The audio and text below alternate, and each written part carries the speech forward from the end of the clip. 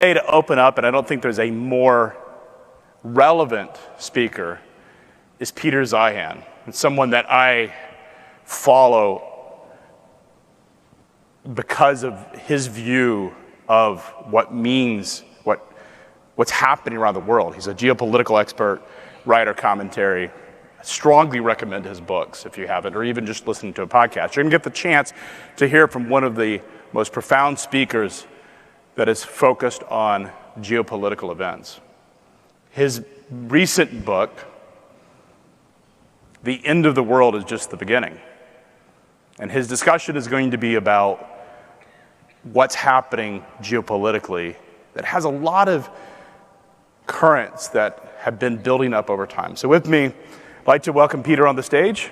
So give a round of applause for Peter. Hello, hello. Welcome. How are you? It's great to be here. So Peter, lots of conversation. This is a room of folks that globalization has a tremendous impact on their business, on their livelihood. Talk a little bit about what your views around globalization are. Okay, so globalization is kind of weird. It's a very new concept, historically speaking. It used to be that the cost of transport was usually 90 to 99% of the cost of any sort of good or product. Now we're well below 1%. That didn't just accidentally happen. It required a significant change of condition. Now, there are a number of reasons why that 99% number has held for most of human history, but mostly it was about security. Just think about the things that we move today. Think if you had one bad actor, whether it was a foreign government or a pirate or whatever it happened to be, ARG. All they have to do is interrupt one step of one supply chain one time.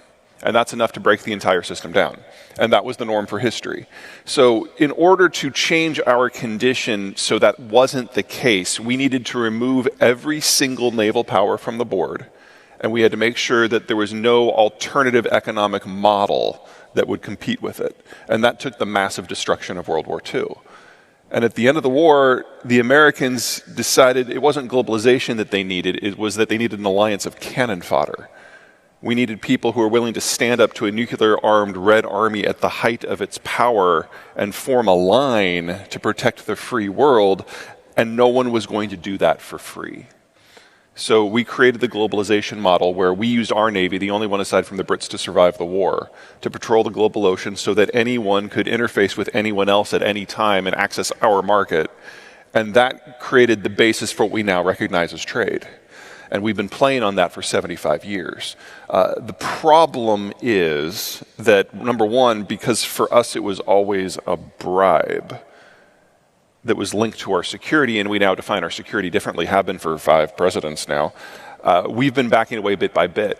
But I would actually argue that even if we got a different president tomorrow that broke with the last 5, it's like, no, globalization is what we want. It's what we want to keep.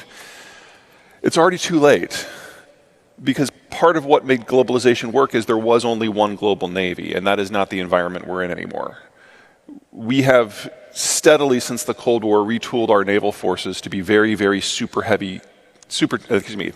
carrier heavy. Within the decade, we're going to have 14 super carriers. And if you want to knock off a country, that's exactly what you want.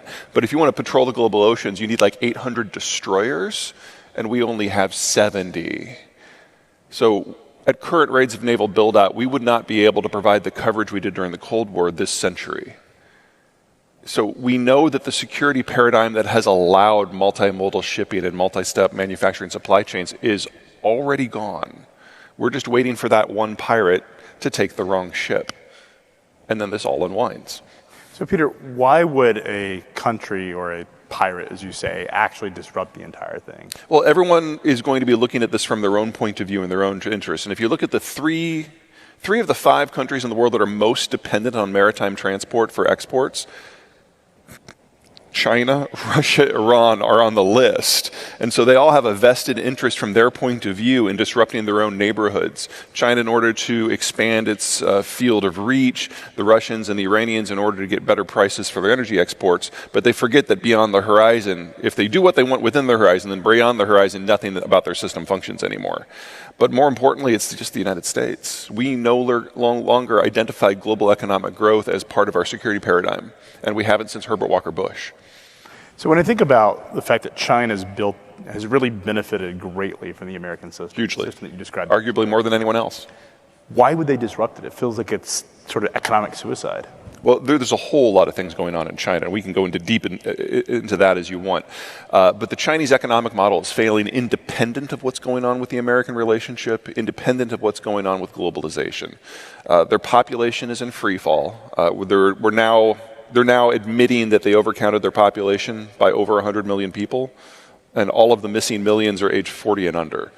So they know that this is their last decade as an economic power anyway. They also know that they're probably going to be the country that suffers the most from the Ukraine war, with obviously the exception of Ukraine, because they're at the end of all these supply lines, and it doesn't take much disruption anywhere in the system for them to be the ones left holding the whole bag. And then, of course, their hyper-financialization model, which is basically they print currency in order to put octane into any sort of economic activity so that the population is employed. It's not very efficient, but it gets growth. They've now taken that further and farther than any other country in history, and every other country in history who's ever tried this has eventually had a crash. So they're going to be wrestling with all of these things in addition to a failing political system. It all comes to a head this decade, and if we're moving into an environment where growth is no longer part of the Chinese story, and the only way that they can kind of hold the center and keep the CCP in charge is authoritarianism, then all of a sudden, trade doesn't look nearly as exciting to them. And if you look at the folks that Xi appointed to be in his Politburo in the last couple of weeks, they're all yes men. None of them are technocrats. None of them know much about economics or trade or manufacturing at all. It's a leadership. All that's left of the leadership now is control. And if they crash the economy and if it collapses by 2/3 and they have a famine, but it allows the CCP to remain in charge, then from their point of view, that's probably worth it. So you think about the fact that they benefited greatly from the flow of US dollars into their economy to really fund all of this infrastructure that they built out. It seems like if you're trying to maintain that status as a world power, doing it is inevitably going to fail at some point. Oh yeah, I don't think they have their eyes on world powerdom anymore. They may have a lot of vessels, about 600 versus our 300, but about 90% of them would fit in this room. I mean, not all at the same time, don't be dumb. But like one at a time. They're small, they have very limited range. They can't make it past the first island chain. So in any sort of measuring contest where you're trying to evaluate how far they can really go, they can make it to central Vietnam. I'm sorry, the world power that is not. So what about Taiwan? Oh boy. They've gone out and said that it's rightfully theirs. Yeah. They have demonstrated a willingness at the top level to make very irrational, what we would view as irrational, authoritarian decisions that are somewhat suicidal. Is this inevitable? Is Taiwan inevitable in terms of them going out and trying to attack it? I'm going to be in the minority on this topic. I don't think a war is imminent or inevitable. In fact, I don't think it's going to happen at all.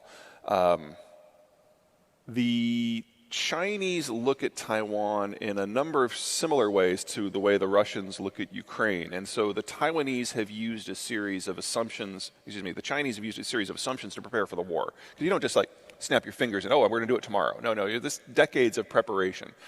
And they've always counted on the Russians to kind of be the canary in the coal mine.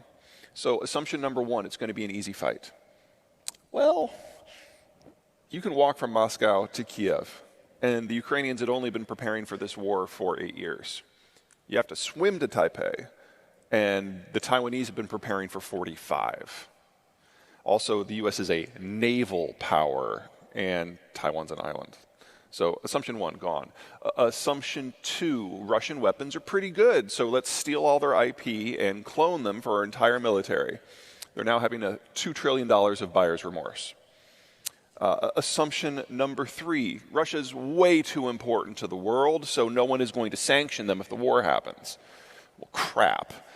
And say what you will about the Russian economy, it is wildly inefficient, but it is the world's largest producer and exporter of energy and food products. It's like, China is the world's largest importer of both. You take the sanctions that are on Moscow and you put them on Beijing, you get a deindustrialization collapse complete with a famine that kills 500 million people in less than 18 months. I mean, there's no math here. But I think the thing that has really terrified the most is the boycotts. It's one thing when Brussels or Washington or Tokyo says that you can't do this, you can't do that. But when Halliburton emerges as the voice of morality, holy crap. The Chinese economic model is based on access to foreign markets and foreign technology. You remove that, there is nothing left. And so every assumption that they have made for 40 years has been proved wrong in the last 8 months. Now, normally, this is where the chairman would take all his smart people and put them in the back room with some beer and pizza and say, don't come out until I have a plan B. But as part of his purges, he has killed all those people. So there's no capacity left in the Chinese system to adapt to change or in circumstance or otherwise. And so the only reason I can see that Xi might give the order and attempt a war anyway, even almost certainly knowing he would lose and it would be the end of China as a strategic power, like in a matter of days, because this is a naval fight. The only reason I can see is that if you have already lost all faith in your economic expansion, and you know that the lie that you've been feeding your people for the last several years is just that, there is something to be said for choosing the time and the place of a patriotic conflict so that you can write the narrative. That's the only reason, though. And that means, you're talking about that 500 million dead Chinese from famine. If that might be a price they are willing to pay in order to retain power.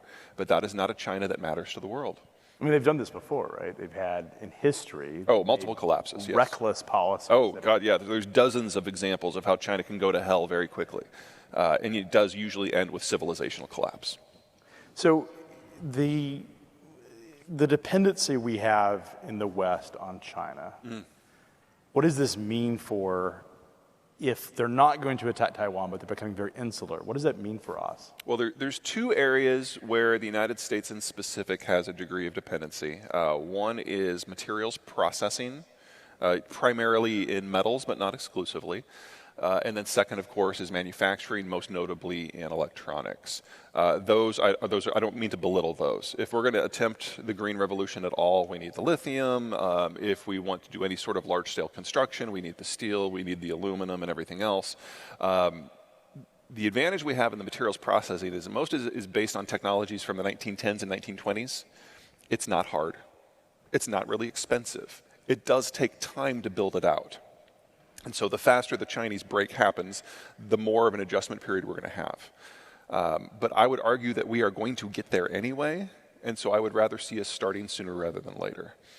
As for electronics manufacturing, there's this weird disconnect between fact and reality in the United States on what the reality of Chinese manufacturing is. I think the best way to explain it is to look at their semiconductor industry, because everything is kind of a derivative of that these days. So the high-end chips that you put into computers or cell phones, they don't make any of those. They import 100% of them. Those come from Taiwan, Korea, the United States, and Japan. The mid-grade chips that go into cars and freight services and power management system and aerospace, they don't make any of those either. They import 100% of those. Those come from Malaysia and Thailand. The low end, your singing dryer, the chip in your watch that beeps when you're whisking things just right, your margarita machine, Internet of Things, that's China's stuff. That's all China. But they don't make any of the machinery that's necessary to make it. That's all imported, as are the tools that operate those machines, as is the software that those machines run on, as is the staff that manage those facilities. And, say what you will about Joe Biden. 2 weeks ago, he basically killed the Chinese tech industry because he said you can't import the high end or the medium end or the equipment, the tools, the software make the low end. And by the way, if you're an American working in that sector, you have to choose between your citizenship and your job. And within 24 hours, every American citizen in the industry was either transferred abroad or quit. It's over. We're just now waiting for the Chinese to decide how they want to die, because all they can do now is assembly. And assembly is not hard. And since their population bomb is so far advanced, they're not even the low-cost location for that anymore. They're not competitive in any manufacturing sector anymore before the tech kill. So we need to rapidly come to the conclusion in this country that we need to double the size of the industrial plant. The sooner we do that, the better off we'll be. That's a wildly different freight system, because we're talking about the end of transoceanic shipping, either because of security or because the Chinese, and another topic, the Germans, are vanishing from the face of the earth. And our choice is to do it within North America or not have the stuff. I would rather have the stuff. So what does this mean? So we're shifting away from Asia. You mentioned Europe having its own set of challenges. Does the world once again become America's? Does the center of the economic power shift back to North America? You could argue that it never really left, but I think what we're looking at is a lot more structural. Part of globalization was we pay the defense costs that allow your economies to advance for the first time in your history in many cases. And that's been 75 years. That's a world we all know. And specifically, we've all become used to the last 35 years, where the Chinese entered the system with 1 billion workers, pushing down the cost of manufactured goods, and the collapse of the Soviet system dumped an empire of raw materials on the system at the same time. And so that 30-year period since 1990, when we've had cheaper and cheaper and cheaper manufactured goods and low inflation in commodity prices, this is like the sum total of most of our business experience. This is the most atypical period in human history. It was always going to last for a historical moment, and the historical moment is now ending. We now have to do something a little bit more normal. And in a world where you're going to get a little bit more normal, the two factors you need to look at are demographics and geography. Actually, can we bring up the map? That's a good spot. Yeah. What you're looking at here is just a map of the waterways and the farmlands of the United States. Those blue lines, the greater Mississippi, the intracoastal, all the attached rivers, that is more miles of navigable waterway than the rest of the planet combined. It's about 20,000 miles. I'm sorry, about 13,000 miles. We have the lowest cost for internal transport on the planet. And it should be lower because of the Jones Act. We basically told all foreigners that they couldn't participate in our water transport. You guys, I think, can imagine what would happen to trucking and trains and aerospace if we did that. Oh my God, what a shit show that would be. But we've done it for water. So we've taken our single biggest geographic advantage and and now water transport's only like single digits of our total transport. If we just brought that back in a meaningful way, the pressure on every other part of the transportation system would lessen. And the economic explosion we would see at any place you see blue on this map would have runaway growth, especially since we're in an environment where we need to double the size of the industrial plant. It would all go to the places that are blue. But Peter, we don't have the labor to industrialize. Oh, yeah. So, again, we can have stuff or not. That's the choice here. How we get there, that's the problem. Now, obviously, things like automation can help, but the labor crunch that we're seeing here is nothing compared to what the rest of the world is dealing with. Let's put up another graphic. Can you go to the second of the bar graphs, please? One more. There we go. Okay, so this is our demographic structure here. You've got the boomers at the top. They're the ones who are retiring. On average, the boomers will have retired in the fourth quarter of this year. This is not a hazy future thing. This is the here and now. And they're being replaced by the Zoomers there at the bottom. They're the smallest generation we've ever had. So this calendar year, we're looking at a shortage of 400,000 workers. But all the Zoomers are already born. We know exactly what the inflow to the market is going to look like for the next 20 years. They're already here. We know that that 400,000 shortage is going to increase every year for at least the next 12. And then it'll probably peak at about 1 million shortage in 2034.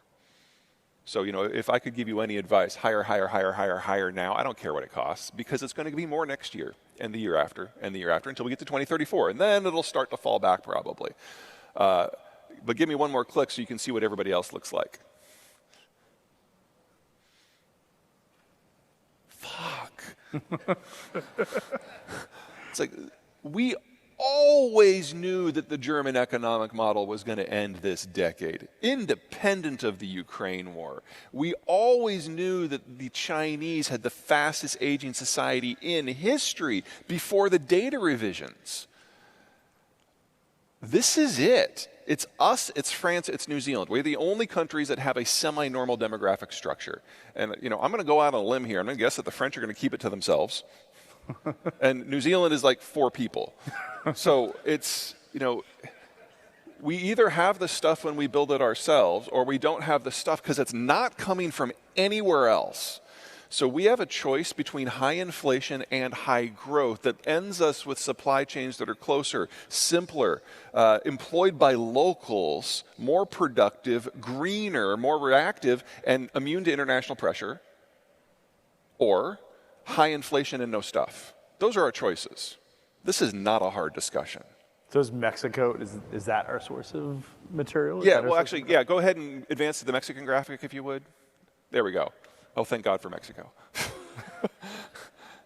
Now, you'll notice it's not perfect. When you get down to about the 30-year-olds, it goes straight down. Because Mexico is simply the most recent country to follow this pattern. So it used to be in the pre-globalized world that most people lived on farms. But as you industrialize, you urbanize, you move into the city, you have fewer kids, and eventually you get more of a chimney graphic like we have. Or in the case of places like Germany or China, it starts to invert in. Mexico started this process just like everyone else, but they didn't start this process until about 1995. So that's where it goes straight down. The birth rate dropped by half. They never recovered. They probably never will, and net migration to the United States has been negative for the last 12 of the last 13 years. But they are the last one to start down this road. Of the major countries in the world, the last one. Now, they have the healthiest demography in not just the rich world, but in their own income class. They're better than Brazil. They're better than Turkey. They're better than India. And if they keep aging at this rate, they will become older on average than the average American in the 2050s, maybe 2060s. A lot of things can happen between here and there. But we have the slowest aging demography of the advanced world and the advanced developing world. And Mexico's second. This is exactly the sort of partner that we want. So we can have a system that's driven by finance, that's driven by high-skilled labor, that has excellent transport systems, that partners with a country that is lower on the development index, but can help us with the low and the mid-end manufacturing. And this is really important for things like automotive and aerospace and electronics. And then we will have to tap a few places here and there around the world. But for the most part, we can keep this within North America, or within the Western Hemisphere at worst. No one else has anything that's even close to that. But the sort of transport you integrate with a country like Mexico, or say Colombia, which I think will do well, or Cuba, which I think ultimately will come in from the cold, is different than these massive container vessels that ply the Pacific. And it's a different way of operating. And the sooner we start the transition, the lower inflation it's going to be. Is it fair to say that we've seen the peak container volume? I think so. And so your contention is that now it's that trucking and rail transport between Mexico and the United States. For Mexico, yes. If we can reform Jones, we can bring the manufacturing back on the water in the United States in a very big way. And Mexico has now become so advanced. On a labor productivity measure, Mexico is now ahead of Canada, which, sorry Canadians, but that's where we are. Which means that Mexico now needs a low-cost, low-wage partner. Isn't that hilarious? It's like Mexico basically needs a 1980s Mexico. Colombia and Cuba are the obvious candidates. They're close. We already have a free trade agreement with Colombia. I cannot think of a better way to destroy Castro's legacy than to integrate with it. Oh my God. It's like the whole thing would just be wiped away in months. That's my vote, but whatever. But it's a much simpler system that is reliant on things close to home. Because if you want to have a trade deal with, say, China or the European Union, you're negotiating among near peers there. It's kind of a pain in the ass. And then there's always pushback. But when you integrate with a place like Colombia that's just kind of desperate and happy to be part of the club, it's a much easier process. And so you don't need to do things at scale to the same degree. A small container ship is fine. You don't need the massive stuff. So, Peter, one of the big counter arguments of Mexico is that it's an unstable country with the cartels. How does someone build a manufacturing plant or a supply chain where you have these external actors, not state actors, but external actors? Maybe they're working together. How do you contend with that? Is Mexico going to come into the system in a way that is going to create stable supply chains? Well, let me give you pros and cons. Pros, I'd say we've already shown that it can be done. The Texans have been doing this for 30 years now. Half of our trade with Mexico is via Texas. It's not that the cartels are not a real threat, and it's not that as long as we love our cocaine, we're not going to keep fueling them, because that's exactly where this comes from. It's not, the cartels did not just magically appear in Mexico. They're kind of at least half our fault. But the places where there's violence is only 1 or 2% of the country at any given time. So if you have a security staff who can keep their ear to the ground and knows what they're doing, you know when the violence is coming your way. And at the moment, the cartels have not expressed an interest in interfering with trade because it's not to their benefit. The Sinaloa, which is the most powerful one, would see that specifically as a death blow to drug trafficking, which is their reason to be. And the second most powerful one, the Jalisco New Generation, sees violence as more of an end as opposed to a means to the end, and going after trucking and manufacturing doesn't get them anything. I don't want to say the risk is zero, because it's absolutely not. But they don't see a business model for interfering with trade aside from just wanting to get access to the plazas. In terms of how you do it, where are my Texans? There's got to be a few of you in here. One in the back. Wow. Shy Texans. Okay. So this is where they are. Northern Mexico is desert and highland, which means there aren't a lot of farms, there aren't a lot of small towns. So the normal ebb and flow of populations that we have in the United States and Canada, it's very different. Here, when a city starts to develop and really industrialize in a big way and get into manufacturing, they start drawing labor from other communities that are nearby. In northern Mexico, there are no other communities. So pros and cons. The pro is that there's usually just a handful of families who run the entire metro, and that metro stops at the edge of the desert, and that's it.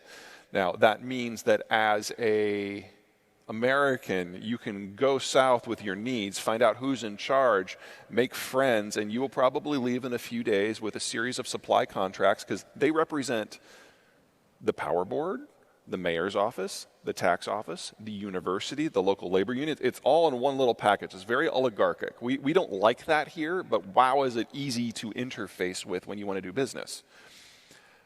You'll leave with those deals, probably a godchild and absolutely a splitting hangover, because you're part of the family now. And the Texans have been doing this for 30 years. But once you've gobbled up all the labor for each metro, you're done. The Mexicans aren't mobile like we are because they don't have those secondary communities in the north. Well, there's only 130 million Mexicans.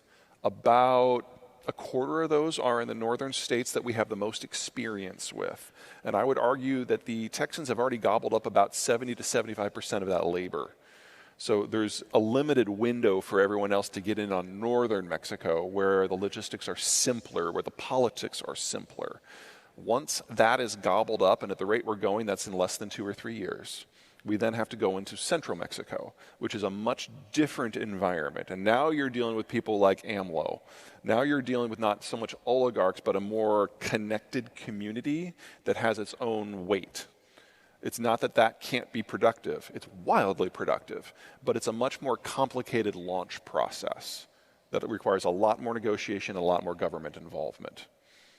So, Peter, you sound incredibly bullish on North America. Mm-hmm. We would be remiss if we didn't talk about this transition to EVs. I thought you were going to say Canada. Okay, yeah, sure. EVs? No, electric vehicles in terms of the transition, which we don't have a lot of those materials here. Yeah. How do we navigate that? Yeah, it's not going to happen is a short version. Okay. It just can't happen. Leaving aside the processing question, which is a 2-year fix, Russia is one of the world's top 3 suppliers of copper, of nickel, of cobalt, and of aluminum. And all of those are going to zero. So we're going to be in a position very soon where we have to decide which parts of the green transition are worth doing because we will not have the materials to even attempt all of them. Greening the grid, just greening the grid and putting up a bunch of wind and solar, that's going to expand the size of the grid by at least half, probably double. EVs would be another doubling. And if you're looking at this on a carbon production transition period, putting up a wind tower, assuming you put it in a place where the wind blows, important detail, obviously has an immediate carbon impact. An EV does not, because an EV draws from the grid in its current form, and for the most part, the processing facilities required to build the EV on the first place are incredibly carbon intensive, and most vehicles running on most grids are going to take in excess of a decade to pay back the carbon debt.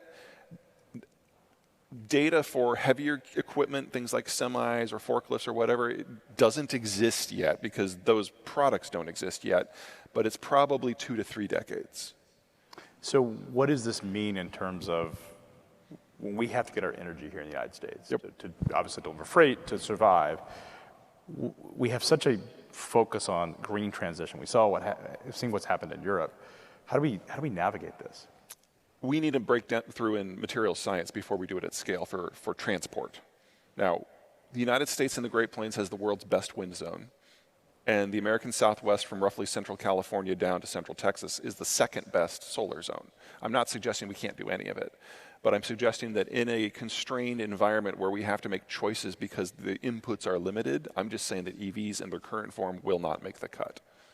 And you said, obviously, semis take so much more battery power. Assuming they work, right? Which we don't know yet. Right. Well, we hope to find out this year when 200,000, right? By the end of the year, right? Whew. Yeah, he's got a big hurdle. Peter, inflation has been a big topic, continues to be a big topic. In a world where globalization is shifting or ending, or we're deglobalizing, whatever the appropriate term is, what does that mean from an inflationary standpoint? Oh, well, yeah, I got an answer for that. You're not going to like it. Okay, so we've got labor pressure at all points. Chinese manufacturers are going away. German manufacturers are going away. Russian materials are going away. The boomers may be retiring, but the millennials, their kids, are at the height of their consumption, suggesting a return to the inflation that we had in the 70s and 80s. And we need to double the size of the industrial plant at the same time. Every disinflationary trend of the last 75 years has flipped, and every inflationary trend is back all at the same time. We are looking at 9 to 15% inflation for at least the next 5 years. That's hardwired in. That's independent of anything the Fed does. That's just reacting to the strategic overall structural environment. Now, at the end of that 5-year period, if we have succeeded in building out the industrial plant, we go back to a much tamer system that will be lower for longer because the supply chains will be local, the materials processing will be local, and we'll be following our own labor metrics, which will have evolved because we'll have had to do a lot more with AI and a lot more with automation than we currently have, especially as we bring in things like electronics manufacturing. We won't have a choice. If we fail to do that, then the 9 to 15% inflation continues, and we have product shortages. It's, from my point of view, it's a really clear path. Because the alternative is just to go through the worst of it and get none of the benefits. So you're suggesting what Jay Powell's trying to do right now is just a lost cause? I hesitate to criticize policymakers, especially when they're in difficult environments. He's using the tools he has to deal with the problem he understands. The issue is where we're moving is not just a problem of demand, it's more of a problem of supply. And until we've built out the replacement supplies, we don't have monetary policy that is capable of dealing with the issue that we're struggling with. He's using the tool that he has, which regulates demand. He's trying to get inflation under control. I understand that because high inflation over a long period of time wrecks productive capacity in the long run. But ultimately, productive capacity is what we have to build out. That is primarily a job for fiscal policy. And on that, we've had 4 presidents in a row who were on fiscal policy. Biden is by far the most pragmatic of the bunch. And while there are a lot of things, especially in energy, that I'm like, that's really a horrible idea. For the first time in 13 years, 14 years now, we actually have a president who's trying to enact policy, which is kind of novel from my point of view. We actually have a guy who's president who actually seems to want to be president for a change.